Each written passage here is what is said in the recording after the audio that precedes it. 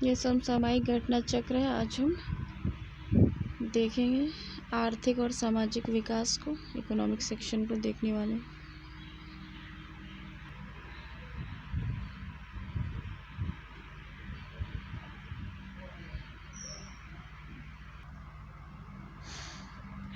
किसी देश की आर्थिक समृद्धि का सबसे उपयुक्त मापदंड है प्रति व्यक्ति वास्तविक आय।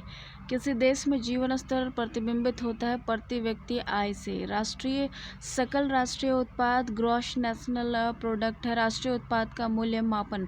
किसी दी गई अवधि के लिए एक देश की राष्ट्रीय आय किसी अर्थव्यवस्था में एक विशेष समय अवधि में उत्पादित अंतिम वस्तु और सेवाओं के मौद्रिक मूल्य के बराबर होती है। आर्थिक विकास के लिए एक बहुआयामी उपागम की आवश्यकता होती है। मिश्रित अर्थव्यवस्था का अर्थ है जहां राष्ट्रीय अर्थव्यवस्था में सार्वजनिक क्षेत्र के साथ साथ निजी क्षेत्र भी विद्यमान हो, उसको कहते हैं हम मिश्रित अर्थव्यवस्था। भारतीय अर्थव्यवस्था का जो प्रमुख लक्षण है वो है मिश्रित अर्थव्यवस्था। भारत में नियोजित अर्थव्यवस्था आधारित है मिश्रित अर्थव्यवस्था पर। यह सत्य होगा कि भारत को परिभाषित किया जाए एक श्रम आधिक्य वाली अर्थव्यवस्था के रूप में। भारतीय अर्थव्यवस्था की विशेषता क्या है कि कृषि की प्रधानता है, न्यूनतम प्रति व्यक्ति आय है और बृहद बेरोजगारी है। देश की वृद्धि में अनार्थिक तत्व है सामाजिक घटक और आर्थिक घटक नहीं। सामाजिक घटक है, धार्मिक घटक है, राजनीतिक घटक, अंतर्राष्ट्रीय घटक है तथा वैज्ञानिक घटक है। 1951-52 से लेके 2015-16 की अवधि में स्थिर कीमतों पर भारत की प्रति व्यक्ति आय जो थी वो वृद्धि दर सर्वाधिक रही थी 2007-2008 में। भारतीय अर्थव्यवस्था ने सर्वाधिक समृद्धि दर प्राप्त की थी 2006-07 में। वर्ष 2015-16 में प्रति व्यक्ति आय के आधार पर राज्यों का अवरोही क्रम था। महाराष्ट्र में सबसे ज़्यादा प्रति व्यक्ति आय था, फिर गुजरात में था, फिर पंजाब में था, फिर उत्तर प्रदेश में था। 15-16 में गुजरात, कर्नाटक, महाराष्ट्र, तमिलनाडु राज्य का उनके प्रति व्यक्ति राज्य घरेलू उत्पाद के संदर्भ में अवरोही क्रम था। महाराष्ट्र, कर्नाटक, गुजरात और तमिलनाडु। वर्तमान में भारत के राज्यों में प्रति व्यक्ति आय सबसे कम जो है वो बिहार में है। वर्तमान में भारतीय राज्यों की औसतन प्रति व्यक्ति आय सर्वाधिक है गोवा की। वर्तमान में कर्नाटक, पश्चिम बंगाल, गुजरात, हरियाणा में औसतन प्रति व्यक्ति आय सबसे ज़्यादा हरियाणा की है। भारत की जनता का काफ़ी बड़ा भाग अभी भी गरीबी की रेखा के नीचे जी रहा है। भारत में ग्रामीण आय प्राय नगरीय आय से कम है और इसके लिए कारण जिम्मेदार है किसानों की निरक्षरता, वैज्ञानिक कृषि का नगण्य ज्ञान और विनिर्मित उत्पादों की तुलना में प्राथमिक उत्पादों का मूल्य तथा उद्योग की तुलना में कृषि में कम निवेश। भारत में प्रति व्यक्ति आय में वृद्धि की दर धीमी है। इसका मुख्य कारण है उच्च पूंजी उत्पाद अनुपात। रिजर्व बैंक ऑफ इंडिया की अगस्त 2018 की मौद्रिक नीति के अनुसार 18-19 में विकास दर जो थी वो 7.4% रखी गई थी। एशिया विकास बैंक रिपोर्ट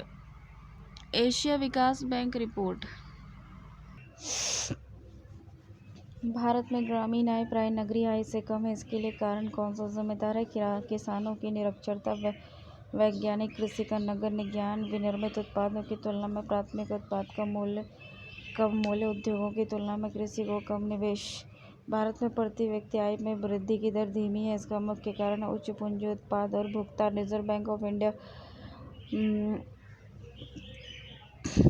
यदि एक दी हुई समय अवधि में कीमतें तथा मौद्रिक आय दोनों दुगनी हो जाए तो वास्तविक आय अपरिवर्तित रहेगी। यदि दी हुई समय अवधि में कीमतें और मौद्रिक आय दोनों दुगनी हो जाए तो अपरिवर्तित रहेगी वास्तविक आय। वर्तमान मूल्य करंट प्राइस पर प्रति व्यक्ति आय की वृद्धि दर स्थिर मूल्य की प्रति व्यक्ति आय की वृद्धि दर से अपेक्षाकृत अधिक होती है, क्योंकि स्थिर मूल्य पर प्रति व्यक्ति आय की वृद्धि दर में ध्यान रखा जाता है मुद्रास्फीति की वृद्धि दर का। 1867 और 68 में भारत में प्रति व्यक्ति आय 20 रुपये थी। ये सर्वप्रथम अनिश्चित किया गया दादा भाई नौरोजी के द्वारा। भारत की राष्ट्रीय आय का प्रथम मापन किया था दादा भाई नौरोजी ने। वर्ष 1949 में भारत सरकार का नियुक्त राष्ट्रीय आय समिति के अध्यक्ष थे PC महालनोबिस। भारत में राष्ट्रीय आय मानकों का आकलन किया जाता है केंद्रीय सांख्यिकी संगठन के द्वारा। भारत में राष्ट्रीय आय के मानकों का आकलन किया जाता है CSO के द्वारा, केंद्रीय सांख्यिकी संगठन के द्वारा। भारत में पूंजी निर्माण के आंकड़े एकत्रित करने का काम करता है भारतीय रिजर्व बैंक और केंद्रीय सांख्यिकी संगठन। नई जीडीपी आंकड़ों के आधार पर वर्ष 2004-05 के स्थान को बदलकर 2011-12 कर दिया गया है। इस समय 2020 भारत की राष्ट्रीय आय के अनुमान हेतु आधार वर्ष के रूप में प्रयुक्त किया जाता है 2011-12 को। भारत का आर्थिक सर्वेक्षण प्रत्येक वर्ष सरकारी तौर पर प्रकाशित किया जाता है। भारत का आर्थिक सर्वेक्षण जो होता है ये प्रत्येक वर्ष सरकारी तौर पर प्रकाशित किया जाता है भारत सरकार के वित्त मंत्रालय द्वारा। प्रति व्यक्ति आय में वृद्धि की दर धीमी, उसका मुख्य कारण है उच्च पूंजी उत्पाद अनुपात जनसंख्या वृद्धि की ऊंची दर। उत्तर प्रदेश में प्रति व्यक्ति आय की भिन्नता के कारणों में शामिल है तेजी से बढ़ती जनसंख्या और साहसीपन का अभाव तथा अपर्याप्त अंधों और संरचनात्मक सुविधाएं आदि। किसी देश में आर्थिक समृद्धि अनिवार्य रूप से होगी यदि उस देश में होता है पूंजी निर्माण। भारत में बचत और पूंजी निर्माण की ऊंची दर होते हुए भी समृद्धि दर कम होने का कारण है पूंजी उत्पाद अनुपात का अधिक होना, श्रम की न्यून कार्यक्षमता, प्रति व्यक्ति कम आय और पूंजी निर्माण की न्यून दर और प्राकृतिक संसाधनों की कमी में से एक लक्षण भारतीय अर्थव्यवस्था का नहीं है प्राकृतिक संसाधनों की कमी।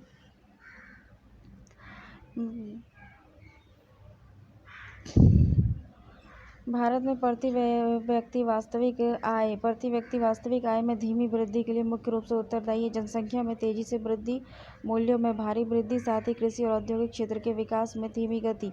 एक खुली अर्थव्यवस्था में अर्थव्यवस्था की राष्ट्रीय आय जो है वो y है। y = c + i + g और x - m। भारत में बचत सर्वाधिक योगदान करता है घरेलू क्षेत्र। भारत में बचत में सर्वाधिक योगदान करता है घरेलू क्षेत्र। भारत में घरेलू बचत में वास्तविक हिस्सा है भौतिक परिसंपत्तियों का।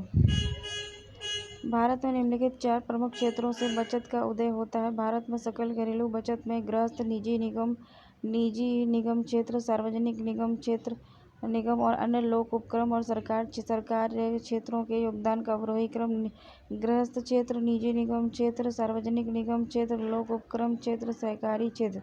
भारतीय अर्थव्यवस्था के बारे में अमर्त्य सेन के सुझावों से संबंधित निम्नलिखित कथन क्या है कि इसे जन उन्मुख होना चाहिए, सबसे अधिक निर्धन व्यक्ति की आर्थिक सुरक्षा होनी चाहिए, विश्व अर्थव्यवस्था में उनके एकीकरण के साथ राष्ट्रीय बचत होना चाहिए। यह विचार कि भविष्य में भारतीय नियोजन में वस्तुओं से अधिक ध्यान व्यक्तियों पर देना चाहिए व्यक्त किया गया था अमर्त्य सेन के द्वारा। हिंदू वृद्धि दर संबंधित है राष्ट्रीय आय से। हिंदू वृद्धि दर संबंधित है राष्ट्रीय आय से। यदि यह विचार कि भविष्य में भारतीय नियोजन में वस्तुओं से अधिक ध्यान व्यक्तियों पर देना चाहिए व्यक्त किया था अमर्त्य सेन ने। अब स्फीति के साथ, स्टैगफ्लेशन के साथ तथा अब अतिस्फीति के साथ में से आर्थिक विकास सामान्यतः सुयुग्मित होता है स्फीति के साथ। भारत में व्यावसायिक संरचना के वर्षों बाद भी लगभग वैसा ही बने रहने का एक कारण है आर्थिक विकास के लिए कृषि से उद्योग की दिशा में अंतरण में महत्व की जनता को अधिकतर जानकारी नहीं है। भारत में अपनाई गई नई आर्थिक नीति के 2 घटक स्थिरीकरण और संरचनात्मक समायोजन के विषय में सही कथन क्या है? संरचनात्मक समायोजन क्रमिक बहुपद प्रक्रम है जबकि स्थिरीकरण त्वरित अनुकूल प्रक्रम। भारतीय अर्थव्यवस्था के उदारीकरण का अग्रदूत पायनियर कहा जाता है डॉक्टर मनमोहन सिंह को।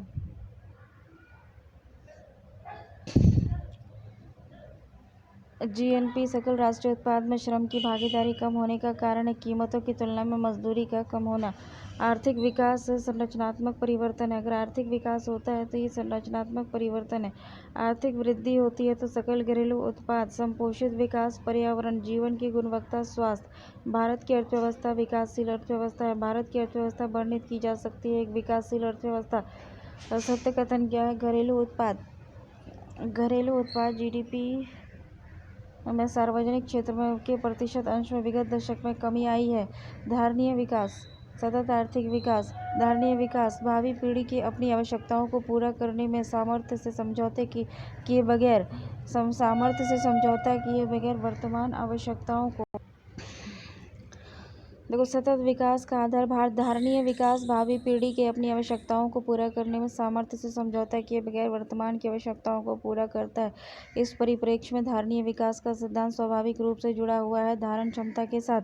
सतत विकास का आधार है पर्यावरणीय दृष्टिकोण। सतत आर्थिक विकास का अभिप्राय है वर्तमान पीढ़ी के विकास से साथ साथ भविष्य का आर्थिक विकास।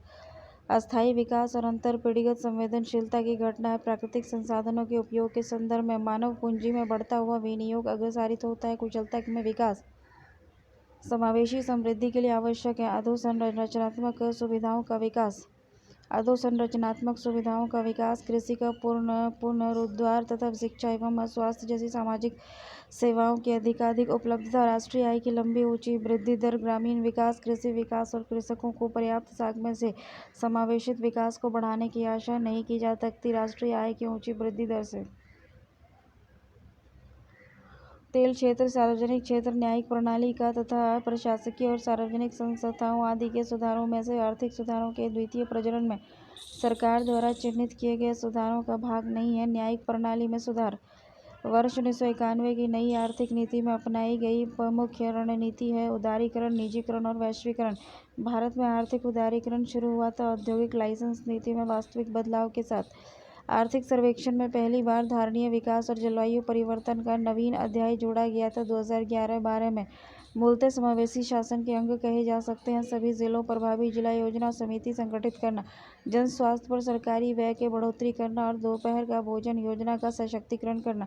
समावेशी शासन से तात्पर्य क्या है? समाज के सभी वर्गों को समान रूप से शासन के द्वारा प्रदत्त सुविधाएं प्रदान करना। आर्थिक विकास से संबंध जननांगीय संक्रमण की विशिष्ट अवस्थाओं का सही क्रम है। उच्च मृत्यु दर के साथ उच्च जन्म दर, निम्न मृत्यु दर के साथ उच्च जन्म दर, निम्न मृत्यु दर के साथ निम्न जन्म दर। समृद्धि और संबद्ध क्षेत्र, कृषि और संबद्ध क्षेत्र। जैसे भारत के सकल घरेलू उत्पाद में कृषि और उससे संबंधित क्षेत्र का योगदान 17.4% था 16-17 में। राष्ट्रीय प्रतिदर सर्वेक्षण कार्यालय के 2014 के अनुमान अनुसार ग्रामीण परिवार में कृषि में विनियोजित ग्रामीण परिवारों का प्रतिशत था 57.8%। भारत में कृषि क्षेत्र श्रम शक्ति क्षेत्र को प्रत्यक्ष रोजगार प्रदान करता है लगभग 60%।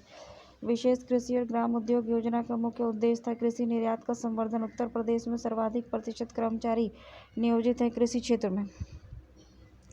देश में गेहूं उत्पादन की दृष्टि से राज्य का अवरोही क्रम उत्तर प्रदेश, मध्य प्रदेश और पंजाब। भारत में सफल बीमा योजना का शुभारंभ हुआ 1985 में। व्यापक फसल बीमा योजना के स्थान पर राष्ट्रीय कृषि बीमा योजना लागू की 1999 में। राष्ट्रीय कृषि बीमा योजना को खरीफ फसल पर भी लागू किया गया था। बजट 2004-05 में उत्तर प्रदेश में किसान वही योजना लागू की गई थी 1992 में।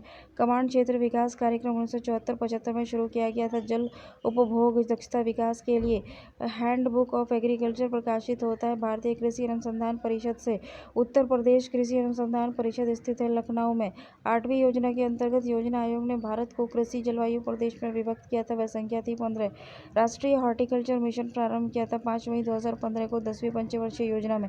राष्ट्रीय बागवानी मिशन NHM में आच्छादित है पूर्वोत्तर व हिमालयी राज्य हिमाचल प्रदेश, जम्मू कश्मीर सहित देशभर के 18 राज्य और 4 केंद्र शासित प्रदेश, अंडमान निकोबार द्वीप समूह, लक्षद्वीप, पुदुचेरी, दादर नगर हवेली एक्सेट्रा। राष्ट्रीय बागवानी मिशन का उद्देश्य है बागवानी क्षेत्र में ऊंची समृद्धि दर प्राप्त करना, शस्योत्तर व्यवस्था करना, मानव संसाधन विकास करना। भारत में श्रमिक बल में प्राय अपने जीवन यापन के लिए वर्तमान में कृषि पर निर्भर है 60% लोग। विकास का भारतीय मॉडल सुरक्षा करता है व्यक्ति और राज्य दोनों के हितों का।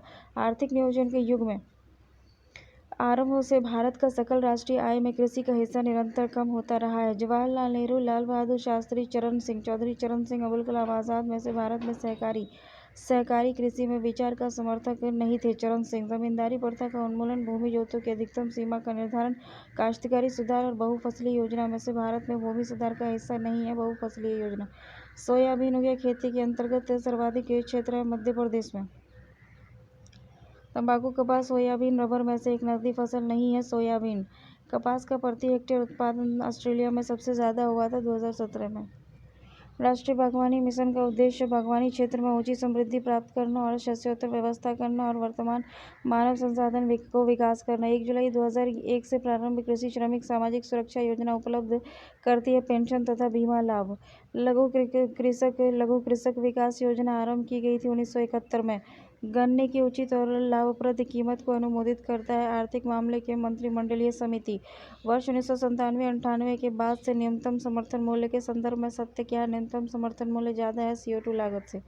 कृषि लागत और कीमत आयोग वर्तमान में एमएसपी के अंतर्गत घोषणा करता है। कुल 23 फसलों के मूल्यों की राष्ट्रीय खाद्य सुरक्षा मिशन प्रारंभ हुआ था 2007-8 में। अक्टूबर 2007 में प्रारंभ राष्ट्रीय खाद्य सुरक्षा मिशन का उद्देश्य था धान गेहूं दलहन के उत्पादन में बढ़ोतरी, मृदा उत्पादकता और उर्वरता का संरक्षण तथा खेती के स्तर पर आर्थिक लाभ को बढ़ाना ताकि किसानों में आत्मविश्वास पैदा हो सके। गेहूं की सिंचाई हेतु अति क्रांतिक अवस्था है ताज निकलने की अवस्था। राष्ट्रीय खाद्य सुरक्षा मिशन के अंतर्गत फसलें सम्मिलित हैं चावल, गेहूं, दलहन, मोटे अनाज और वाणिज्यिक फसलें। भारत में राष्ट्रीय खाद्य सुरक्षा मिशन प्रभावी है 2007-8 की रबी फसल से। भारत में फसलों की बुआई के अंतर्गत शुद्ध क्षेत्रफल 14 करोड़ हेक्टेयर है। भारतीय कृषि उत्पादन में ऋणात्मक वृद्धि कब हुई थी? भारतीय कृषि उत्पादन में ऋणात्मक जो वृद्धि हुई थी 2004-5 में -1.6% थी। 2009-10 में जो है ये -4.0% थी और 2012-13 में -2.0% थी। 14-15 में -0.2% थी। वह पंचवर्षीय योजना जिसमें कृषि ने ऋणात्मक विकास प्रदर्शित किया था तीसरी पंचवर्षीय। भारत की औसतन फसल गहनता लगभग 139% है। नीली क्रांति जो है मत्स्य उत्पादन से संबंधित है। पीली क्रांति जो है तेल और तिलहन से संबंधित है। विश्व हरित क्रांति के जनक है नॉर्मन बोरलॉग। भारतीय हरित क्रांति की जन्मस्थली है पंतनगर। भारत में खाद्यान्न उत्पादन में लगभग आत्मनिर्भरता प्राप्त हो गई है। अब भारत के थोक मात्रा में खाद्यान्न का आयात नहीं करता। भारत में मुख्य कृषि पदार्थ आयात मदद है खाने योग्य तेल। निर्यात हेतु आम की पसंदीदा प्रजाति है अल्फांजो आम। निर्यात हेतु आम की पसंदीदा प्रजाति है अल्फांजो आम। भारतीय राष्ट्रीय कृषि सहकारी विपणन संघ संबंधित है कृषि विपणन से। भारतीय राष्ट्रीय कृषि सहकारी विपणन संघ NAFED संबंधित है कृषि विपणन से। राष्ट्रीय स्तर पर कृषि विपणन सहकारियों का शीर्षक संगठन है नेफेड। गहन कदन संवर्धन के माध्यम से पोषण सुरक्षा हेतु पहल initiative for natural security through intensive mild promotion का उद्देश्य है उन्नत उत्पादन और कटाई उपरांत प्रौद्योगिकियों को निर्देशित करना और समूह उपागम के साथ एकीकृत रीति से मूल्य वर्धन तकनीकों को प्रदर्शित करना। भारत में कृषि उत्पाद के बाजार को विनियमित करता है राज्य द्वारा अधिनियमित कृषि उत्पाद विपणन समिति अधिनियम से।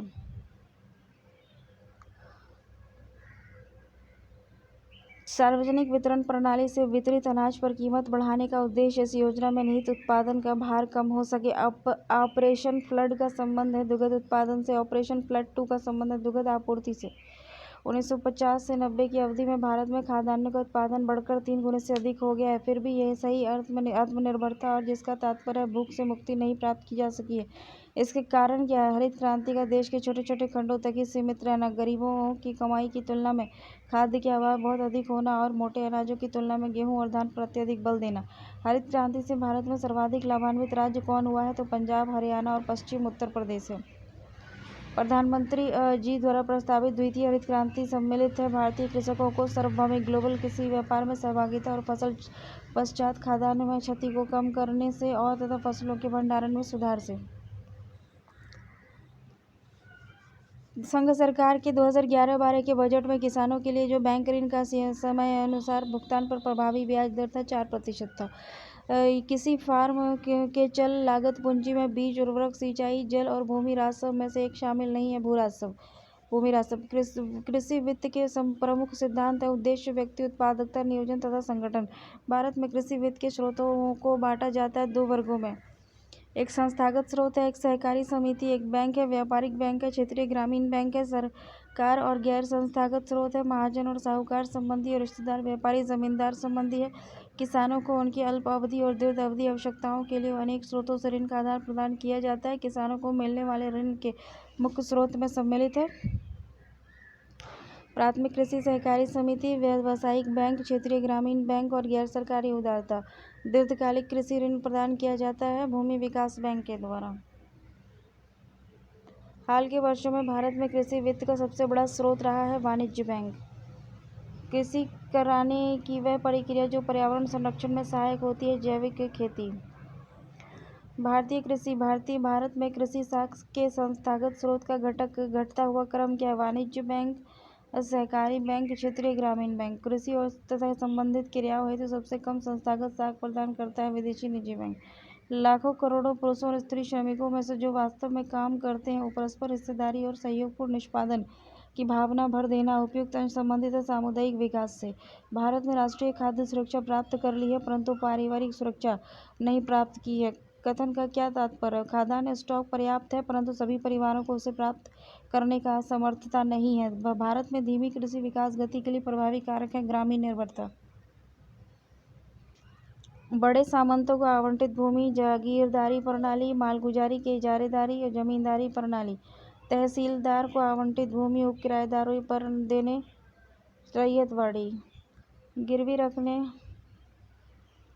गिरवी रखने, हस्तांतरित करने, उपहार देने, क्रय विक्रय करने अधिकार सहित किसान को आवंटित भूमि, ग्राम स्तर पर की गई भू रास्ता बंदोबस्ती, माहलवाड़ी। खाद्यान्नों के समर्थन मूल्य की संतुष्टि देता है कृषि लागत और मूल्य उद्योग। खाद्यान्नों के समर्थन मूल्य की संतुष्टि कौन देता है? कृषि लागत एवं मूल्य उद्योग। मूल्य जिस पर सरकार खाद्यान्न का क्रय करती है उसको क्या कहते हैं? अधिप्राप्ति मूल्य, प्रोक्योरमेंट प्राइस।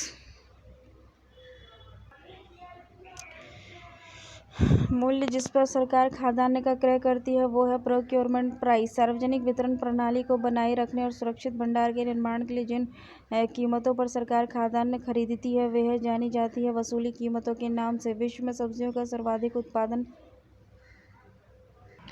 देखो, भारत में सबसे अधिक कॉफी उत्पादन करने वाला राज्य कर्नाटका है। मसूर, उड़द, मूंग, मटर, अरहर दलहन में से वर्ष 16-17 में सर्वाधिक आयात किया गया था मटर। वर्तमान में देश के लिए सर्वाधिक विदेशी मुद्रा प्राप्त करने वाली कृषि उत्पाद है कच्ची कपास।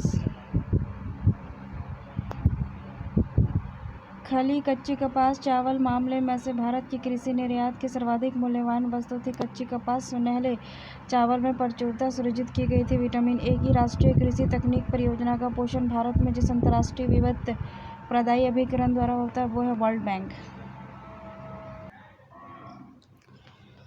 सुनहरे चावल में प्रचुरता सृजित की गई है विटामिन ए की, ठीक है ना। राष्ट्रीय कृषि तकनीक परियोजना का पोषण NATP का पोषण भारत में जिस अंतर्राष्ट्रीय वित्त प्रदायी अभिकरण द्वारा होता है वह वर्ल्ड बैंक 13 जनवरी 2016 को घोषित प्रधानमंत्री फसल बीमा योजना बीमाकृत करती है चक्रवात एवं गैर मौसमी वर्षा से होने वाले कटाई उपरांत घाटे को। खरीफ 2007 मौसम आधारित फसल बीमा योजना सर्वप्रथम लागू की गई थी कर्नाटका में। विश्व में एकमात्र देश जो रेशम के ज्ञात सभी 5 व्यापारिक प्रकार का उत्पादन करता है वो है भारत। भारत विश्व में चीनी का उत्पादक दूसरा सबसे बड़ा है। भारतीय कृषि की निम्न उत्पादकता के कारण है जनसंख्या का दबाव, प्रच्छन्न बेरोजगारी, भूजोत का आकार और भारत की काली मिट्टी बहुत उपयुक्त होती है कपास की खेती के लिए। न्यूनतम समर्थन मूल्य के संदर्भ में सही कथन क्या है? यह किसानों की पैदावार के लिए न्यूनतम मूल्य सुनिश्चित करते हुए खाद्य सुरक्षा मिशन में सहायता प्रदान करता है। भारत सरकार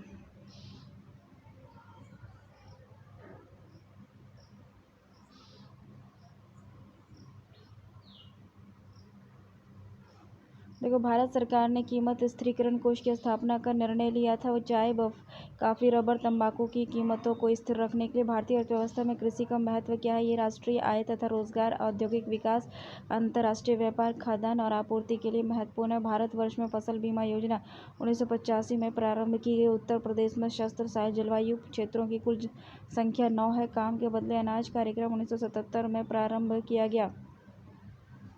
नीली क्रांति का संबंध मत्स्य उत्पादन से है। उपयुक्त कथनों में सभी सत्य है। हरियाली योजना संबंधित है जल प्रबंधन से। हरियाली योजना संबंधित है जल प्रबंधन से। विशेष कृषि उपज योजना का संबंध है कृषि पदार्थों के निर्यात के उछाल से। राष्ट्रीय विशेष कृषि उपज योजना मुख्य रूप से संबंधित है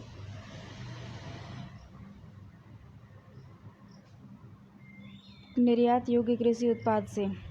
देखो उद्योग क्षेत्र देखो वर्ष 2017-18 में भारत में जीवीए में उद्योग का अंश 25 से 30% के मध्य था। सूक्ष्म लघु और मध्यम और उद्यम विकास अधिनियम 2006 के अनुसार मध्यम उद्योग के रूप में से परिभाषित किया जाता है, जिसकी निवेश राशि 10 करोड़ रुपए तक हो। 1991 की औद्योगिक नीति में अनेक बिंदुओं पर आलोचना हुई थी। आलोचनाएं कि अनिश्चित औद्योगिक विकास, विदेशी प्रतियोगिता से खतरा और विदेशी निवेश में गलत विश्वास। वर्ष 2006 में पारित अधिनियम के अनुसार विनिर्माण एवं सेवा क्षेत्र में सूक्ष्म उपक्रमों के लिए निवेश की सीमा है 25 लाख से 10 लाख रुपए। 25 लाख एवं 10 लाख रुपए। सूक्ष्म लघु और मध्यम उद्यम विकास अधिनियम एमएसएमई पारित हुआ 2006 में। जोखिम पूंजी तात्पर्य हरियाली योजना संबंधित है। जल प्रबंधन से कृषि विशेष कृषि उपज योजना संबंधित है। कृषि पदार्थों के निर्यात में उछाल से राष्ट्रीय विशेष कृषि उपज योजना मुख्य रूप से संबंधित है। निर्यात योग्य कृषि उत्पाद से राष्ट्रीय भूमि अभिलेख आधुनिकीकरण कार्यक्रम प्रारंभ किया गया था। वर्ष 2008 में भारत सरकार के कृषि एवं सहकारिता विभाग द्वारा रेनफेड एरिया डेवलपमेंट कार्यक्रम शुरू किया गया था। वर्ष 2011-12 में भारत में कृषि आय कर लगाया जा सकता है। राज्य सरकारों द्वारा कृषि उत्पादों की मांग पाई जाती है। लोचहीन किसान क्रेडिट कार्ड योजना का प्रारंभ किया गया था। 1998-99 में किसान क्रेडिट कार्ड योजना किसानों को उनकी खेती की आवश्यकताओं के लिए पर्याप्त और समयानुकूल साख समर्थन प्रदान करती है। भारत में प्रथम कृषि विश्वविद्यालय की स्थापना पंतनगर में हुई थी। सूक्ष्म लघु मध्यम उद्योग विकास अधिनियम पारित हुआ था 2006 में। जोखिम पूंजी से तात्पर्य क्या है? नए उद्यमियों को उपलब्ध कराई गई दीर्घकालिक प्रारंभिक पूंजी। अद्यतन अनेक भारतीय उद्योग ने ISO 9001 और ISO 9002 प्रमाण पत्र प्राप्त कर लिए हैं। भारत सरकार की लाइसेंसिंग प्रणाली काफ़ी उदारता आई है। स्वतंत्र भारत की प्रथम औद्योगिक नीति की घोषणा की गई थी 1948 में। भारत में औद्योगिक विकास हेतु संयुक्त क्षेत्र का विचार रखा गया था 1956 की औद्योगिक नीति में। किसान क्रेडिट कार्ड योजना किसानों को उनकी खेती की आवश्यकता के लिए पर्याप्त और समयानुकूल साख समर्थन प्रदान करना। वर्ष 1991 में औद्योगिक नीति के अनुसार लाइसेंसिंग के अंतर्गत रखा गया है 18 उद्योग को। ठीक है। केंद्रीय तकनीकी अनुसंधान संस्थान केंद्रीय खाद्य तकनीकी अनुसंधान संस्थान स्थित है मैसूर में। National academy of agriculture research management स्थित है नारम हैदराबाद में। भारतीय चारागाह अनुसंधान संस्थान स्थित है झांसी में। वर्ष 2000 में नीरू जल संग्रहण कार्यक्रम प्रारंभ किया गया था आंध्र प्रदेश में। कृषि उत्पादन में कास्ट के हलों के स्थान पर इस्पात के हलों का कृषि उत्पाद में कास्ट के हलों के स्थान पर इस्पात के हलों का उपयोग उदाहरण है पूंजी बढ़ाने वाली प्रौद्योगिकी प्रगति का। अब उन उद्योगों की संख्या जिनके लिए औद्योगिक लाइसेंसिंग की आवश्यकता होती है घटकर रह गई है 5। उदारीकरण, निजीकरण, भूमंडलीकरण की नई आर्थिक नीति घोषित की गई प्रधानमंत्री नरसिम्हा राव द्वारा वर्ष 1991 में। भारत की पंचवर्षीय योजनाओं के संदर्भ में औद्योगिकरण के ढांचे में परिवर्तन के अंतर्गत भारी उद्योग का महत्व कम करते हुए आधारिक संरचनाओं पर बल देने की शुरुआत की गई 8वीं पंचवर्षीय योजना में। भारत में उद्योग हेतु लाइसेंसिंग प्रणाली का आधार था उद्योग अधिनियम 1951। 31 मार्च 2016 को पंजीकृत कारखानों की संख्या तमिलनाडु में सबसे ज़्यादा थी। कुछ समय पहले भारत सरकार ने व्हाइट गुड्स उद्योग को लाइसेंस मुक्त करने का निर्णय लिया था। व्हाइट गुड्स में सम्मिलित है प्रदर्शन उपभोग के लिए खरीदी गई वस्तुएं। कागज विनिर्माण उद्योग के लिए प्रसिद्ध है यमुनानगर, गुवाहाटी और बल्लारपुर। भारतीय खनिज एवं धातु व्यापार निगम लिमिटेड भारत का सबसे बड़ा गैर तेल आयातक है। भारतीय परियोजना एवं उपस्कर निगम लिमिटेड खनिज और उद्योग मंत्रालय के अधीन है। भारत में मिल निर्मित कपड़े का सर्वाधिक उत्पादन प्राप्त होता है गुजरात में। 2005 में गठित राष्ट्रीय निवेश निधि NIF के मुख्य उद्देश्य सामाजिक क्षेत्र की परियोजनाओं में निवेश करना।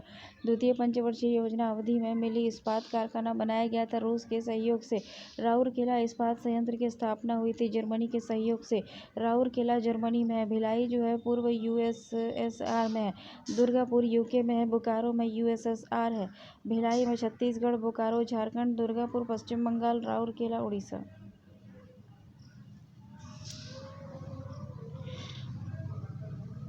ARIL भारत में निजी क्षेत्र की सबसे बड़ी कंपनी है। BNYSE और MTNL सूचीबद्ध है। CBSNL भारत में प्रथम ऐसा सेवा संस्थान है जिसने एक ही समय में देशव्यापी सेलुलर सेवा शुरू की। भारत के संदर्भ में उपयुक्त सभी कथन सत्य हैं। कंपनी द्वारा लाभांश की घोषणा की जाती है। अभिधत पूंजी पर कंपनी के तुलन पत्र में से बताना संभव है। कंपनी की परिसंपत्तियों और देयताओं के आकार और संगठन को FMCG fast moving consumer goods शामिल नहीं किया जाता है। स्वयं चलित वाहन और कार और मोटरसाइकिल को पर्ल फिशिंग है। तूतीकोरिन है। ऑटोमोबाइल पुणे पोत निर्माण मरमुगावो इंजीनियरिंग सामान पिंजौर। निजीकरण की संबंधित सर्वज्ञ और अपरिपूर्ण रीति है। निजी क्षेत्र को स्वामित्व और प्रबंधन का हस्तांतरण करना। भारतीय हीरा संस्थान स्थापित किया गया है सूरत में। सार्वजनिक प्रतिष्ठान है Bharat heavy electronic Bhopal, ordnance factory Jabalpur और एल्केलॉइड फैक्ट्री नीमच।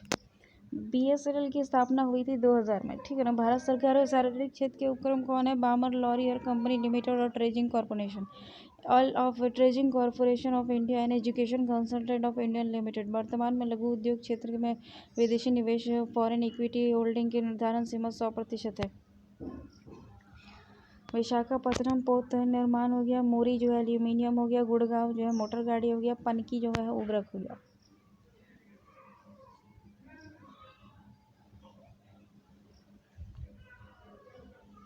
भारत सरकार की वर्तमान विनिवेश नीति के मुख्य उद्देश्य क्या है? सार्वजनिक क्षेत्र के उपक्रमों में नागरिकों को हिस्सेदारी प्रदान करना। सार्वजनिक क्षेत्र के उपक्रमों में सरकार का प्रबंधन पर नियंत्रण और बहुमत शेयरधारिता बनाए रखना कम से कम 51%। सार्वजनिक क्षेत्र के उपक्रम में बेहतर कॉर्पोरेट गवर्नेंस सुनिश्चित करना, जैसे कि अम्बाला है उर्वरक के लिए, मोदी नगर रबर के लिए, बाराबंकी जो है पॉलीफाइबर के लिए, कानपुर जो है विस्फोटक के लिए।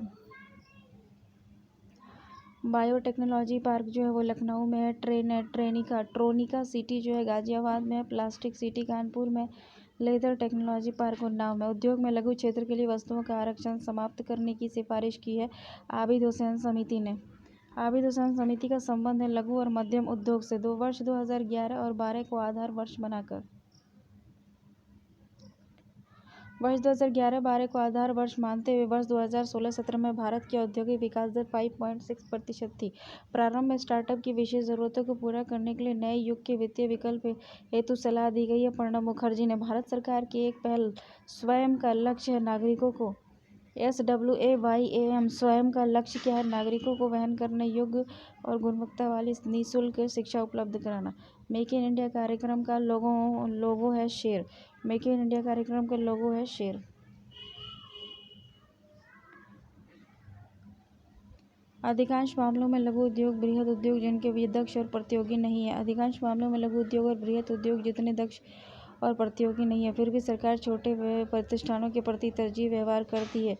इनके अनेक प्रकार के उत्पाद के लिए आरक्षण प्रदान करती है, क्योंकि लघु उद्योग प्रति इकाई पूंजी परिनियोजन के आधार पर अपेक्षाकृत अधिक रोजगार प्रदान करने के साथ ही अल्प कुशल कर्मियों को कोई भी काम प्रदान करती है।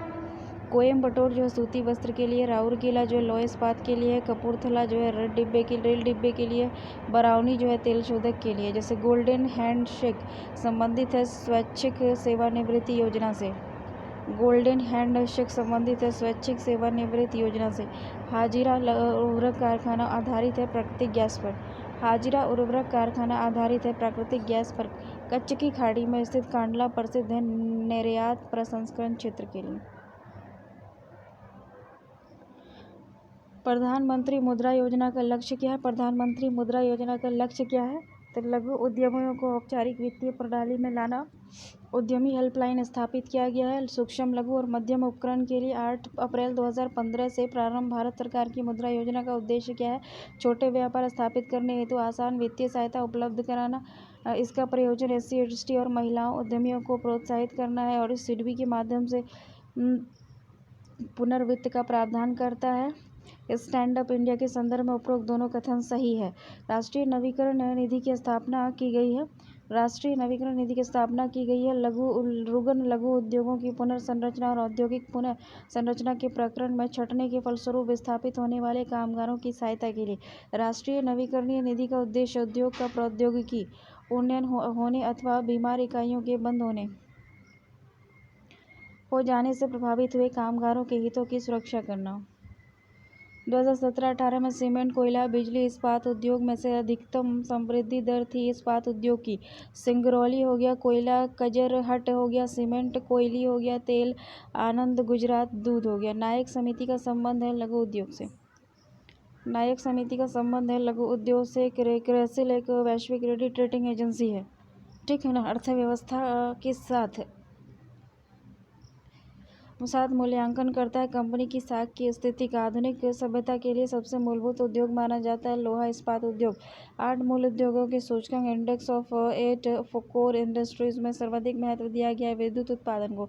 समाचारों में कभी कभी देखे जाने वाले आधार और क्षय और लाभ हस्तांतरण, बेस इरोजन और प्रॉफिट शिफ्टिंग पद का संदर्भ बहुराष्ट्रीय कंपनी द्वारा किए जाने वाले कर अपवंचन पर प्रतिबंध लगाना। राष्ट्रीय नवीकरण फंड का गठन किया गया था सामाजिक सुरक्षा हेतु। राष्ट्रीय कंपनियों द्वारा किए जाने वाले कर अपबंधन पर प्रतिबंध लगाना था। भारत में सबसे महत्वपूर्ण लघु स्तर का उद्योग है हथकरघा उद्योग। सहकारी इकाइयों की दशा में विकास की ऊंची दर प्राप्त हुई है सूती वस्त्र क्षेत्र में। श्रम गहन उद्योग वह है जहां अधिक श्रमिकों को रखा जाता है। श्रम गहन उद्योग वह है जहां अधिक श्रमिकों को रखा जाता है। औद्योगिक इकाइयों की स्थापना में तथा संबंधित समस्याओं में सहायता करने के लिए एक एजेंसी। उद्योग बंधु समूह जो औद्योगिक संबंध के सहभागीदार हैं। श्रमिक और उनके संगठन, प्रबंधन और उनके संगठन तथा राज्य सरकारें एवं केंद्र सरकारें। भारत के जिस उद्योग में अधिकतम श्रमिक लगे हुए हैं वह है कपड़ा उद्योग। कृषि क्षेत्र के बाद भारत में सर्वाधिक रोजगार प्रदान करता है कपड़ा उद्योग। वर्तमान में भारतीय लघु उद्योग के प्रमुख समस्याएं क्या हैं? पूंजी का अभाव, विपणन की समस्या, कच्चे माल का अभाव, आधारभूत संरचना की बाधा, सीमा शुल्क नीति, विलंबित भुगतान, रुग्णता की समस्या, निम्न स्तरीय आंकड़ों की उपलब्धता आदि।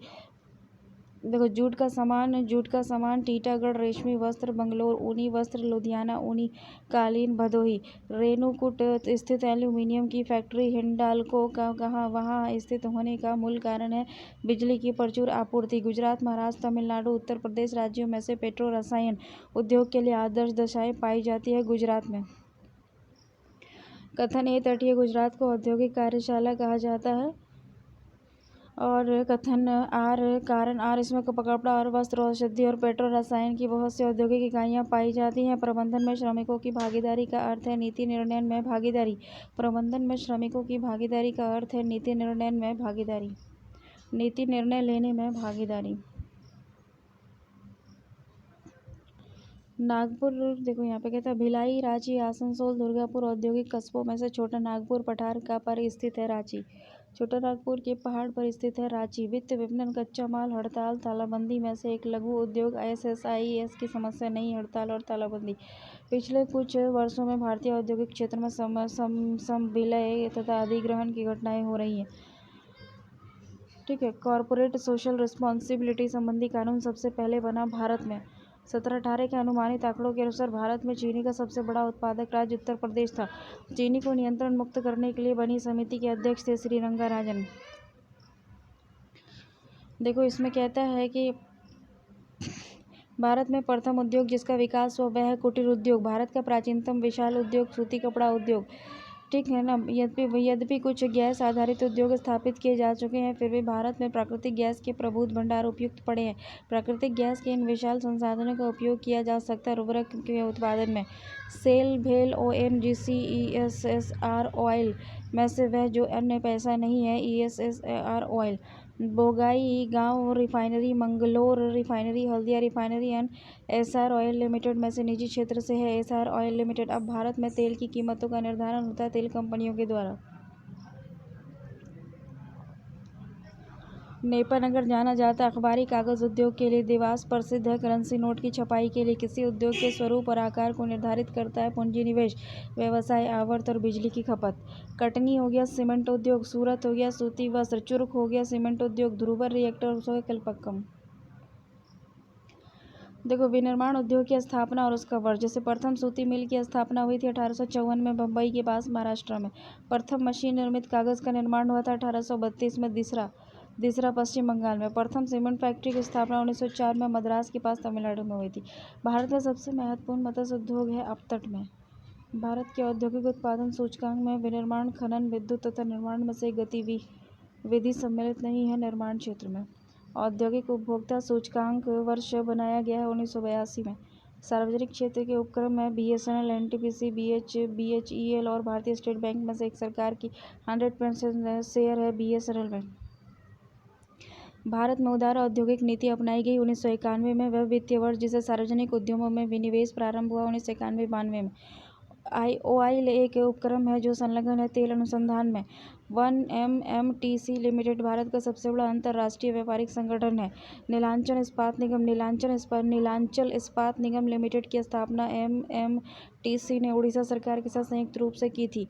1 और 2 दोनों में। Coal India, Bharat heavy electronics limited, Bharat electronics limited, authority of India limited में से नवरत्न में शामिल है। भारत इलेक्ट्रॉनिक्स लिमिटेड HAL से संबंधित वायुयान के उत्पादन से। नवरत्न का विचार संबंधित है सार्वजनिक क्षेत्र के चयनित उद्यमों से। देखो, BSNL उद्यम और औद्योगिक समूह है, जैसे BSNL टाटा समूह का है। मुद्रा विशेष आर्थिक क्षेत्र लिमिटेड अडानी ग्रुप का है। CMC लिमिटेड टाटा समूह का है। IPCL रिलायंस समूह का है।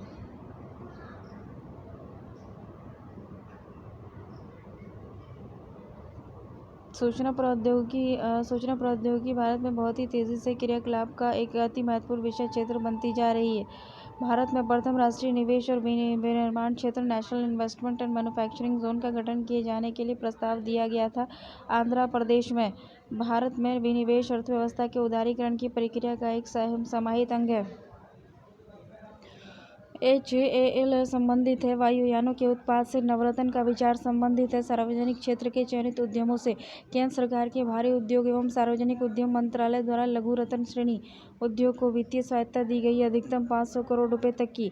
अखिल भारतीय खाद्य और ग्रामीण बोर्ड की स्थापना की गई थी प्रथम योजना में।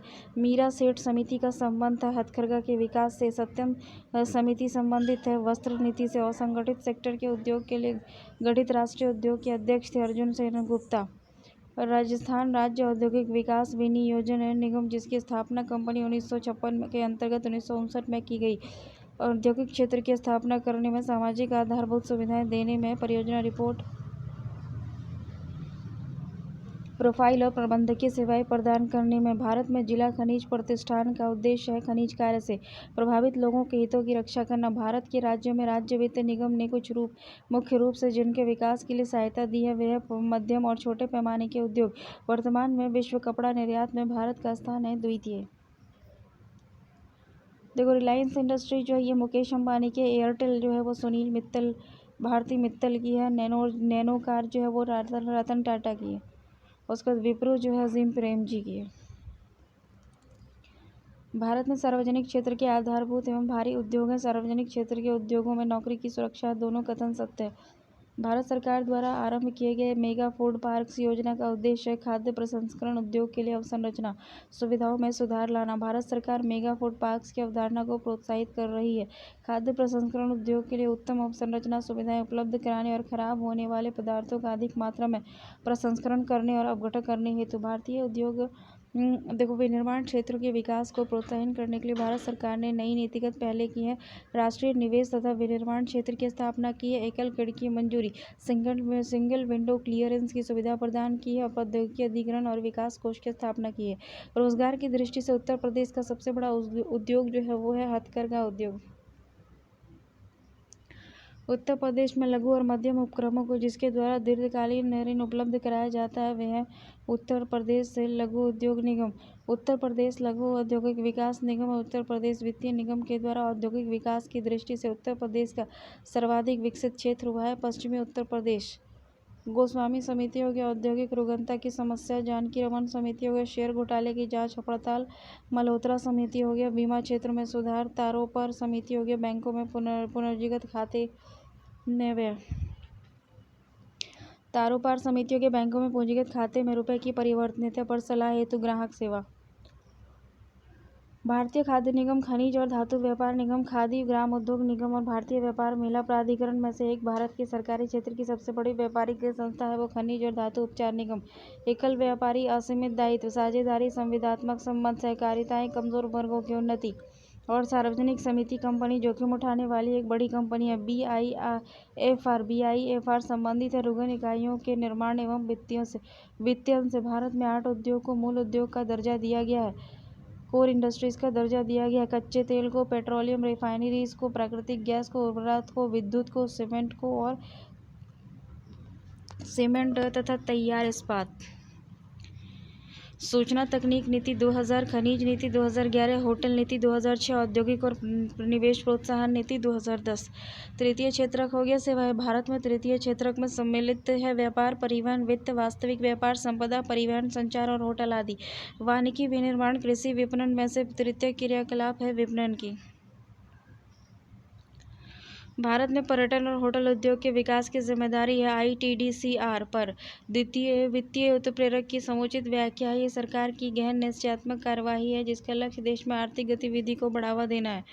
भारतीय अर्थव्यवस्था का प्राथमिक क्षेत्र है कृषि, बैंकिंग और बीमा, निर्माण, परिवहन, संचार में से वह सेवा क्षेत्र जिसकी वृद्धि दर भारत में सर्वाधिक रही है। संचार सेवा क्षेत्र। भारत में सकल राष्ट्रीय उत्पाद का सबसे बड़ा भाग प्राप्त होता है सेवा क्षेत्र से। वर्तमान वर्ष 17-18 में सेवाओं का जीवीए तथा सकल रोजगार में भागीदारी क्रमशः 55 से 30% थी। भारत के सकल घरेलू उत्पाद में विभिन्न क्षेत्रों के योगदान का सहीकरण सेवा क्षेत्र, उद्योग क्षेत्र और कृषि क्षेत्र।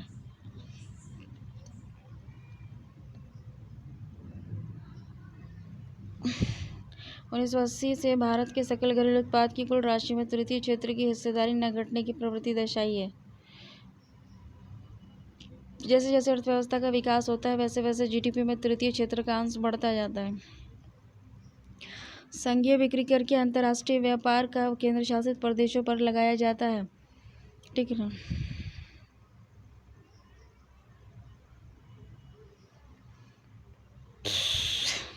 भारत में राजकोषीय नीति निर्धारित करता है वित्त मंत्रालय। भारत में बजट का राजस्व अनुदान तैयार किया जाता है। वित्त मंत्रालय के द्वारा वार्षिक आर्थिक समीक्षा को तैयार करने के लिए उत्तरदायी है। वित्त मंत्रालय बजट एक लेख पत्र है सरकार की राजकोषीय नीति का। भारत में दीर्घकालीन राजकोषीय नीति की घोषणा की गई थी BP सिंह द्वारा। सरकारी व्यय को नियंत्रित करने का प्राधिकारी है वित्त मंत्रालय। धनी अधिक धनी होते जा रहे हैं और निर्धन अधिक निर्धन, ये जानने के लिए आवश्यक है विविध अवधियों में विविध वर्गों के आय और आदाताओं की आय का विवरण।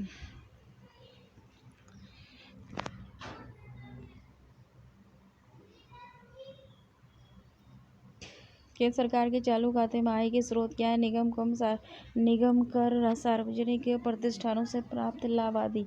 भारत में संघीय बजट में सबसे अधिक होता है आगम रेवेन्यू। भारत में संघीय बजटों में सबसे अधिक होता है रेवेन्यू टैक्स। भारत सरकार के पूंजी बजट में शामिल किया जाता है सड़कों, इमारतों, मशीनरी आदि जैसी परिसंपत्तियों के अधिग्रहण पर व्यय, विदेशी सरकारों से प्राप्त ऋण, राज्यों और संघ राज्य क्षेत्रों को अनुदान ऋण और अग्रिम गैर योजना व्यय के अंतर्गत आते हैं। सब्सिडी, ब्याज भुगतान, रक्षा व्यय पिछली योजनाओं के निर्माण में आधारित है। संरचनाओं का अनुरक्षण और व्यय। साल दर साल लगातार घाटे का बजट रहा है। घाटे को कम करने के लिए सरकार द्वारा कार्रवाई की जा सकती है राजस्व व्यय को घटाकर स्याही के युक्ति संगत बनाकर। सरकारी व्यय को नियंत्रित करने का प्राधिकारी वित्त मंत्रालय। अधिक धनी होते जा रहे हैं। जैसे देखो, व्यक्ति को कर राहत के दृष्टिकोण से राष्ट्रीय बचत पत्र, सार्वजनिक व्यक्तियों को कर राहत के दृष्टिकोण से राष्ट्रीय बचत पत्र, सार्वजनिक भविष्य निधि, इंदिरा विकास पत्र राष्ट्रीय बचत योजना में से एक अन्य से भिन्न है। इंदिरा विकास पत्र, किसान विकास पत्र, राष्ट्रीय बचत पत्र, लोक भविष्य निधि, यूनिट लिंक्ड इंश्योरेंस योजना में से वह जिस पर कोई आयकर छूट नहीं है। किसान विकास पत्र पर भारत में पहली बार व्यय कर लगाने का सुझाव दिया था कॉल्डडोर ने।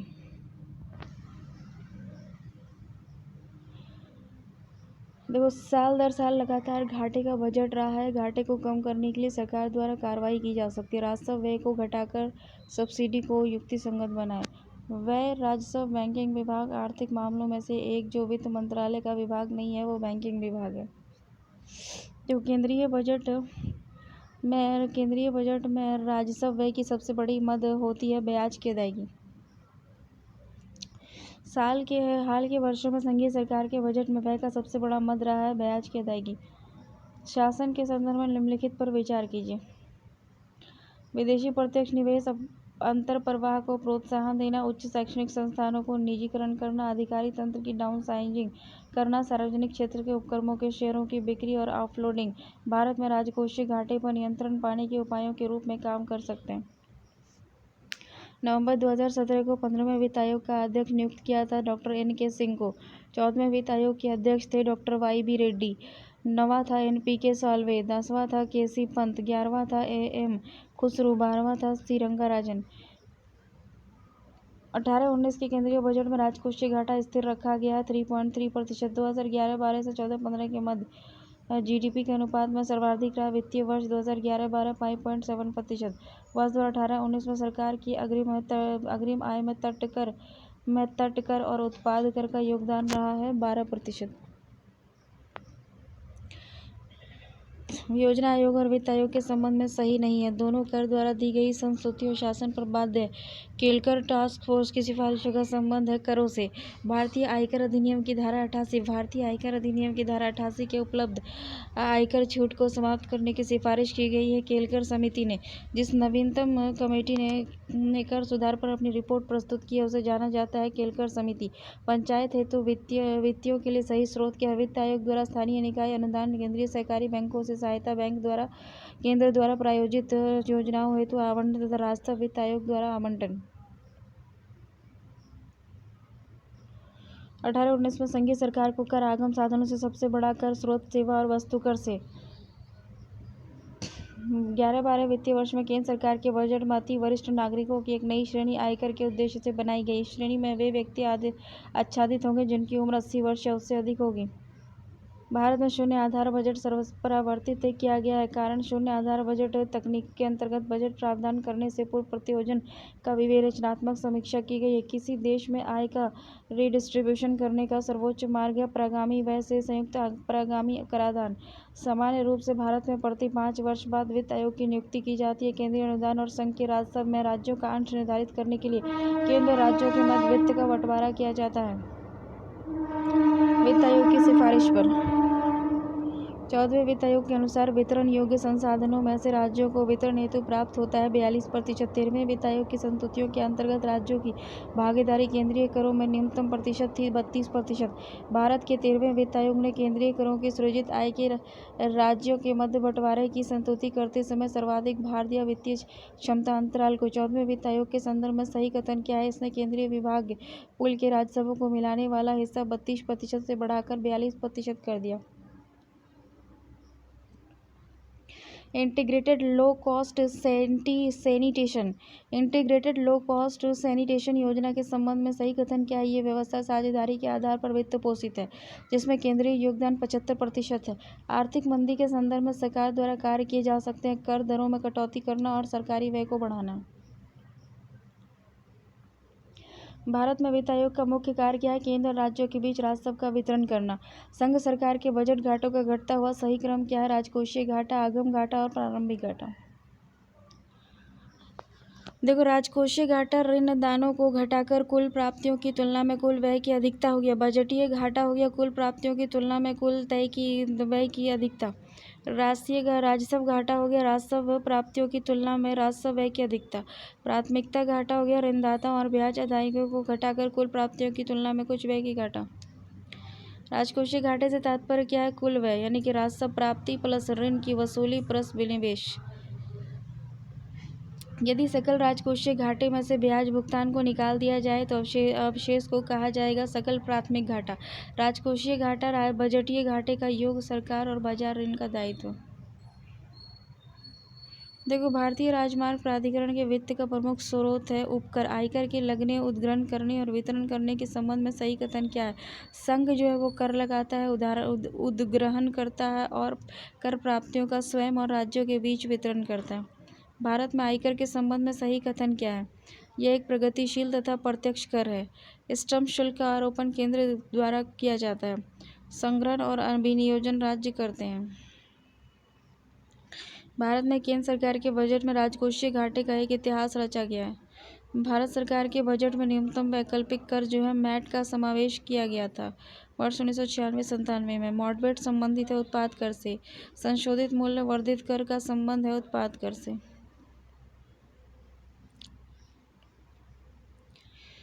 मूल्य आधारित कर है वैल्यू एडेड टैक्स की विशेषता। ये बहु हिंदू लक्ष्य आधारित कर टैक्सेशन प्रणाली है जो उत्पादन वितरण श्रृंखला के लेन देन के हर चरण में वे मूल्य संवर्धन पर लगाया जाता है। ये वस्तु और सेवाओं के अंतिम उपभोग पर लगाया जाता है। इसका भुगतान अंततः उपभोक्ताओं को करना पड़ता है। भारत सरकार बजट के अगले घाटे की सबसे अधिक योगदान है राजकोषीय घाटे का। यदि प्राथमिक घाटे में ब्याज भुगतान को सम्मिलित कर लिया जाए तो यह बराबर होता है राजकोषीय घाटे के। राजस्व घाटे में से पूंजी की परिसंपत्तियों के सृजन हेतु अनुदान को घटाने पर हम पाते हैं प्रभावी राजस्व घाटा। प्रभावी राजस्व घाटा पेश किया गया है केंद्रीय बजट 2011-12 में। बजट के हिसाब किताब की जांच भारतीय संसद करती है सार्वजनिक लेखा समिति के द्वारा। सेनवेट का संबंध है केंद्रीय उत्पाद शुल्क से। राजकोषीय घाटा बजटीय घाटे से बड़ा होता है। देखो, कैपिटल गेन टैक्स, संपत्ति विक्रय, सेंट्रल एक्साइज ड्यूटी, फैक्ट्री निर्मित वस्तु, कस्टम ड्यूटी आयात, कॉर्पोरेट टैक्स आयात, सार्वजनिक क्षेत्र के उद्यम और सी रंगाराजन, शेयरों का विनिवेश और औद्योगिक रुग्णता, ओंकार स्वामी, कर सुधार आर चलैया समिति, बीमा क्षेत्र में सुधार आर एन मल्होत्रा समिति। संपदा कर भारत में पहली बार लागू हुआ था 1957 में। संघीय सरकार के बजट में राजकोषीय घाटे बड़े भाग की आपूर्ति की जाती है घरेलू उधारों से। केंद्रीय बजट 16-17 के अनुसार 15% तक का अधिकार दे है 1 करोड़ रुपए के ऊपर आय होने पर। सेवा कर की वर्तमान दर भारत में 15% है। भारत में सेवा कर प्रारंभ किया गया था 194-95 में। जीएसटी परिषद की अध्यक्षता संघीय वित्त मंत्री करते हैं और केंद्र के राजस्व और वित्त प्रभारी राज्य मंत्री इसके एक सदस्य हैं। जीएसटी परिषद दर से छूट वाली वस्तुओं के बारे में निर्णय करेगी और नई कर नीति की देहली निर्धारण भी करेगी। राज्य सरकारों के पास वैट उगाही का विकल्प होगा यदि वे ऐसा चाहे तो। 1 और 2, भारत में जीएसटी लागू होगा 1 जुलाई 2017 से। भारत में जीएसटी कब से लागू हुआ? 1 जुलाई 2017 से। भारत में सबसे पहले मूल्य वर्धित कर लागू हुआ हरियाणा में 2005 में। राज्य और केंद्र शासित प्रदेशों में बिक्री कर लागू नहीं, अंडमान निकोबार और लक्षद्वीप में। भारत में घाटे की वित्त व्यवस्था उपयोग की जाती है आर्थिक विकास के लिए। भारत में आमदनी पर कर की शुरुआत की थी जेम्स विल्सन ने। वह कर जो खरीदारों के लिए प्रत्यक्ष रूप से वस्तु के मूल्यों की वृद्धि नहीं करता वो है आयकर। आयकर और निर्यात कर लगाए जाने वाले कर को जाना जाता है सीमा कर शुल्क के रूप में। आयकर उत्पादन कर, चुंगी कर और बिक्री कर में से प्रत्यक्ष कर है आयकर। उत्पादन शुल्क है एक अप्रत्यक्ष कर। विक्रय कर, एक्साइज ड्यूटी, कस्टम ड्यूटी और संपदा कर में से प्रत्यक्ष कर है। संपदा कर, बिक्री कर, आमदनी कर, आबकारी कर, चुंगी कर में से कौन अप्रत्यक्ष कर है? बिक्री कर। विक्रय कर जिसका भुगतान आप कोई टूथपेस्ट खरीदते समय करते हैं उसको कहते हैं विक्रय कर। राजस्व सरकार द्वारा आरोपित और संग्रहित किए जाते हैं। राज्य सरकार द्वारा जो है ना, तो विक्रय कर आरोपित भी किए जाते हैं और संग्रहित भी किए जाते हैं। ठीक है ना। पेमेंट ऑफ ग्रेच्युटी एक्ट 1972 के अनुसार ग्रेच्युटी भुगतान की अधिकतम सीमा 10 लाख रुपए है। अनुषंगिक लाभ के ब्याज तथा प्रतिभूति लेन देन के कर में प्रत्यक्ष कर है तीनों। राष्ट्रीय निवेश निधि जिसमें कि विनिवेश प्राप्तियां पहुंचती है के संदर्भ में देखो,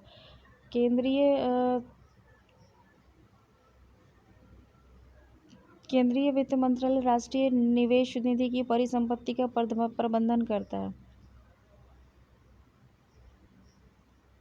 देखो 3 और 4 इसमें सिर्फ सही है क्या?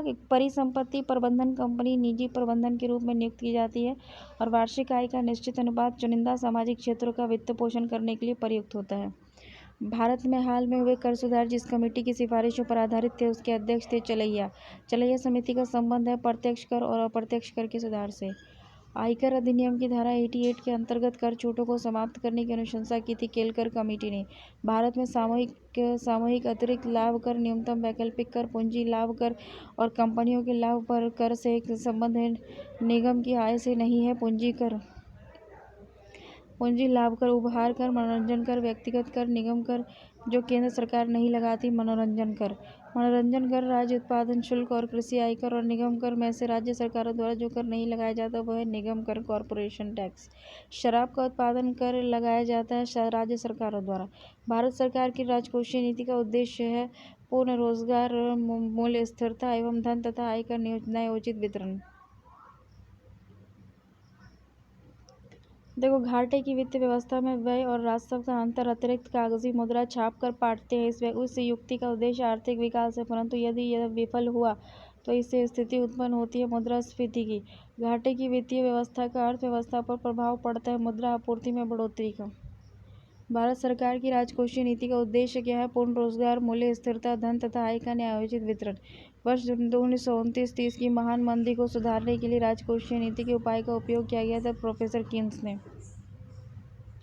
देखो, वित्तीय फिस्कल नीति का संबंध है कर लगाने और शासन के व्यय से संबंधित नीति, और उत्पादन नीति, कर नीति, विदेश नीति और ब्याज दर नीति में से वह एक जो राजकोषीय नीति का भाग है, कर नीति। वित्त मंत्रालय द्वारा आय की स्वैच्छिक घोषणा योजना 1997 लागू की गई थी। 1 जुलाई 1997 से संसद में बजट संबंधित प्रक्रिया के विषय में मांग की राशि को घटाकर 1 रुपया करना है को कहा जाता है नीति कटौती प्रस्ताव। कंपनी कर वह है जो लगता है कंपनी की आय पर। उद्योग मंत्रालय, थोक मूल्य सूचकांक, केंद्रीय सांख्यिकी कार्यालय, राष्ट्रीय लेखा सांख्यिकी, भारतीय रिजर्व बैंक, करेंसी, वित्त संबंधी रिपोर्ट, वित्त मंत्रालय, आर्थिक समीक्षा और संगठन। राजकोषीय उत्तरदायित्व और बजट प्रबंधन अधिनियम भारत वर्ष में पारित किया गया था 2003 में। FRBM विधेयक के अनुसार 2020-21 तक सकल घरेलू उत्पाद अनुपात को लाना है 12.7% तक। उस वित्त मंत्री अरुण जेटली ने अक्टूबर 2016 में यह घोषित किया कि आय सब पुराना हो गया। विदेशी ऋण, प्रत्यक्ष विदेशी निवेश।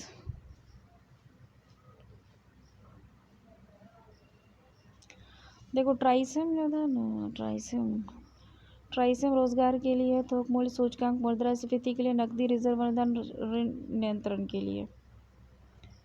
राष्ट्रीय कृषि नीति 2000 में आई थी। समुद्री मत्स्य नीति 2004 में आई थी। नवीन विदेशी व्यापार नीति 2015 में आई थी। 7वां वित्तीय आयोग 1978 में आया था। आयकर, सार्वजनिक ऋण, वैट अर्थात अर्थ से आय की से वह जो एक सार्वजनिक आगम का स्रोत नहीं था, वो था परिधान।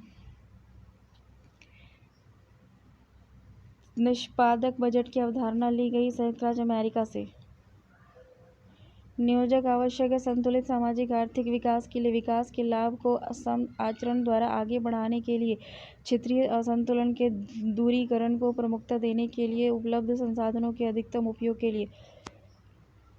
आर्थिक और सामाजिक योजना को भारत के संविधान की समवर्ती सूची में रखा गया है। भारत का संविधान यह विहित करता है कि पंचायतों को आर्थिक विकास और सामाजिक न्याय की योजना बनाने का कार्यभार दिया गया है। उपरोक्त दोनों कथन सत्य है। गरीबी हटाओ विषय वस्तु पर आधारित गरीबी उन्मूलन कार्यक्रम को सर्वप्रथम प्रारंभ किया गया था 5वीं पंचवर्षीय योजना में। विकास केंद्र उपागम और अपनाया गया था 4th पंचवर्षीय योजना में। समाज के समाजवादी ढांचे की स्थापना का संकल्प लिया गया था 2वीं पंचवर्षीय योजना में। निष्पादक बजट की अवधारणा ली गई है संयुक्त राज्य अमेरिका से। भारत में बजट घाटे को पूरा करने की तहत ट्रेजरी बिल प्रणाली को समाप्त कर दिया गया 31 मार्च 1997 को। निंदा प्रस्ताव, ध्यानाकर्षण प्रस्ताव, कटौती प्रस्ताव, स्थगन प्रस्ताव, जिस एक का संबंध संघीय घटक बजट से है वह है कटौती प्रस्ताव। राजकोषीय उत्तरदायित्व एवं बजट प्रबंधन अधिनियम 2003 जिसे राजस्थान में व्यवस्थापित कर दिया गया है, इस उद्देश्य से है सरकार के वित्तीय अनुशासन और सुनिश्चित करना। 12वीं पंचवर्षीय योजना में सबसे अधिक धनराशि की सामाजिक सेवाओं में खर्च की गई थी। 12वीं पंचवर्षीय योजना का मुख्य उद्देश्य था तीव्र, धारणीय, ज्यादा समावेशी विकास।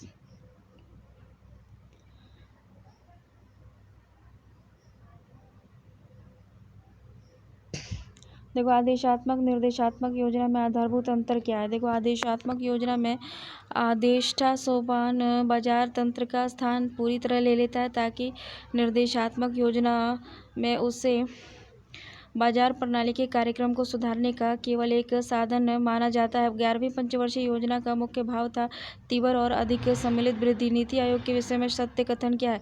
इसका गठन योजना आयोग के स्थान पर किया गया है। इसमें एक पूर्णकालिक अध्यक्ष होता है तथा ये सहकारी संघवाद के सिद्धांत पर आधारित है। वित्त आयोग और योजना आयोग के कार्यों और दायित्वों की परस्पर अतिव्याप्ति नहीं है। भारतीय नियोजन के इतिहास में रोजगार विहीन वृद्धि का दशक कहलाने योग्य 1991 से 2000। प्रथम पंचवर्षीय योजना की प्राथमिकता थी कृषि का विकास। भारतीय योजना के संदर्भ में निम्नलिखित कथनों पर विचार कीजिए। द्वितीय पंचवर्षीय योजना ने भारी उद्योग की स्थापना पर बल दिया। तृतीय पंचवर्षीय योजना ने औद्योगिकरण की रणनीति के रूप में आयात प्रतिस्थापन की अवधारणा को शुरू किया। उपरोक्त दोनों कथन सत्य है। राष्ट्रीय विकास परिषद हो गया, राष्ट्रीय योजना की समीक्षा करती है। राष्ट्रीय विकास परिषद मुख्यतः संबंध है भारत के मुख्य विकास योजना के अनुमोदन और मूल्यांकन से। राष्ट्रीय विकास समिति का अध्यक्ष होता है भारत का प्रधानमंत्री। राष्ट्रीय विकास परिषद का गठन जिस तिथि को हुआ था वह थी 6 अगस्त 1952। भारत में योजना आयोग की स्थापना हुई थी 1950 में। भारत सरकार ने नीति आयोग की स्थापना की थी योजना आयोग का स्थान लेने के लिए। योजना आयोग के स्थान पर नीति आयोग का गठन हुआ 1 जनवरी 2015 को। नीति आयोग की ताज़ा रिपोर्ट के अनुसार भारत में 2014-15 में सबसे तेज़ी से वृद्धि करने वाली अर्थव्यवस्था के रूप में उभरा बिहार।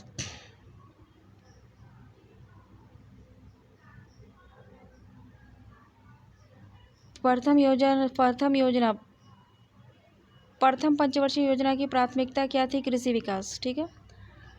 उसके बाद फिर कहता है कि प्रथम योजना सामुदायिक विकास, द्वितीय योजना तीव्र औद्योगिकीकरण, तृतीय योजना आधारभूत उद्योग का प्रसार, चतुर्थ योजना स्वावलंबन के प्रति और स्थिरता के साथ समृद्धि, पंचम योजना न्यूनतम आवश्यकता कार्यक्रम। प्रमुख व्यू रचना के रूप में महिला अंश योजना प्रारंभ की गई थी। नवी पंचवर्षीय योजना में भारत में मध्य अर्धशतक मिड 50s में अपनाए गए महालनोबिस प्लान मॉडल का उद्देश्य था भारी उद्योग की स्थापना करना जो पूंजी साधन थे। नीति आयोग की ताज़ा रिपोर्ट के अनुसार 14-15 में सबसे तेज़ी से वृद्धि करने वाली अर्थव्यवस्था के रूप में उभरा बिहार। 17%। बिहार में जो है सबसे तेज़ था अर्थव्यवस्था की वृद्धि दर। नेशनल प्लानिंग कमेटी का गठन किया गया। सुभाष चंद्र बोस ने 1944 में गांधीवादी योजना को प्रतिपादित किया था। श्रीमन नारायण अग्रवाल ने भारतीय पंचवर्षीय योजनाओं का मुख्य उद्देश्य था स्वावलंबन और विदेशी सहायता पर निर्भरता को कम करना। भारत में अनवरत योजना कार्यशील थी। 1978-79 में निर्धारित अवधि से 1 वर्ष पूर्व समाप्त होने वाली पंचवर्षीय योजना है। पंचवर्षीय योजना आत्मनिर्भरता और शून्य विदेशी सहायता पोषित किया गया। पाँचवीं पंचवर्षीय योजना का मूल उद्देश्य था गरीबी हटाओ।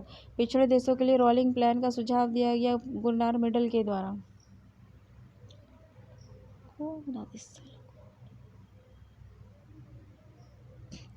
प्रथम पंचवर्षीय योजना क्या? 1951। ठीक है, 1951। तृतीय पंचवर्षीय योजना 1961 से 66। चतुर्थ पंचवर्षीय योजना 1959 से 74। छठी पंचवर्षीय योजना 80 से 85। देखो, सामाजिक न्याय और समानता के साथ समृद्धि पर बल दिया गया था। सातवीं पंचवर्षीय योजना में नियोजित विकास मॉडल को भारतवर्ष में लागू किया गया 1 अप्रैल 1951 से। द्वितीय पंचवर्षीय योजना आधारित थे महालनोबिस मॉडल पर। देखो, पिछड़े देशों के लिए रोलिंग प्लान का सुझाव दिया गया था गुरनार मिडल के द्वारा।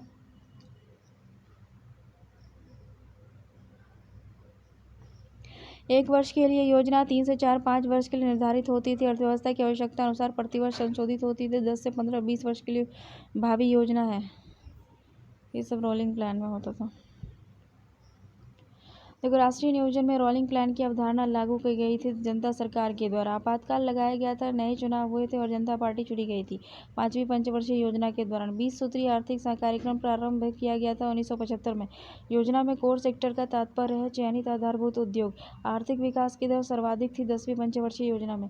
11वीं पंचवर्षीय योजना में सबसे अधिक रोजगार के अवसर में वृद्धि की आशा की गई थी निर्माण कार्यों में। ठीक है ना। देखो, प्रथम पंचवर्षीय योजना से योजना संसद में दी गई। राष्ट्रीय विकास परिषद का गठन किया गया। स्वतंत्र भारत में पहली बार भारतीय मुद्रा का अवमूल्यन किया गया 1991 में। और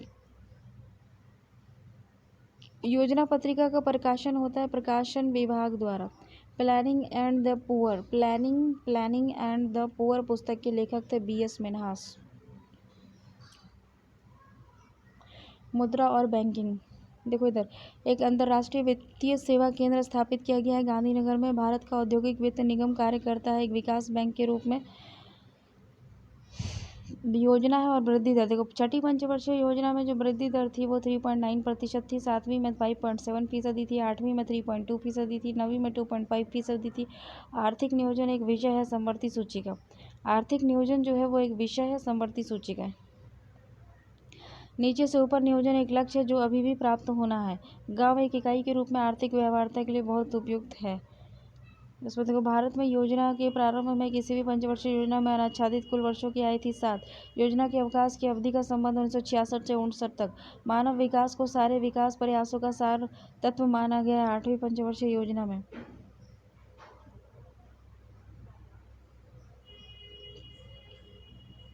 सबसे पहले जो भारत का औद्योगिक वित्त निगम बना, उसके बाद क्या हुआ कि भारत का औद्योगिक ऋणदान और निवेश निगम बना। उसके बाद क्या हुआ कि यूनिट ट्रस्ट ऑफ इंडिया बना। उसके बाद भारतीय औद्योगिक विकास बैंक बना। देखो, भारतीय औद्योगिक वित्त निगम, भारतीय औद्योगिक वित्त निगम, भारतीय औद्योगिक प्रत्यक्ष निवेश निगम, उसके बाद भारतीय औद्योगिक विकास बैंक, उसके बाद राष्ट्रीय कृषि और ग्रामीण विकास बैंक। मानव के विकास, 7वीं पंचवर्षीय योजना में IRDP के अंतर्गत रणनीति अपनाई गई थी संपूर्ण परिवार का अंगीकरण। भारत में स्वयं पोषित विकास का उद्देश्य और प्रथम अपनाया गया। चतुर्थ पंचवर्षीय योजना में अब 8वीं पंचवर्षीय योजना पूर्ववर्ती योजनाओं से भिन्न है। इस योजना में विशेष महत्वपूर्ण अंतर यह है कि इस योजना में अधोसंरचना विकास के लिए पर्याप्त बल दिया गया। 7वीं पंचवर्षीय योजना का प्रमुख नारा था भोजन, काम और उत्पादकता। भारत में योजना का प्रारंभ वास्तव में द्वितीय पंचवर्षीय योजना से हुआ। इस योजना के वास्तुकार थे PC महालनोबिस। देखो, भारतीय औद्योगिक वित्त निगम 1948 में, भारतीय औद्योगिक साख निवेश निगम 1955, भारतीय औद्योगिक विकास बैंक 1964, भारतीय निर्यात आयात बैंक 1982, औद्योगिक और वित्तीय पुनर्निर्माण बोर्ड 1987, भारतीय लघु उद्योग का विकास SIDBI 1990।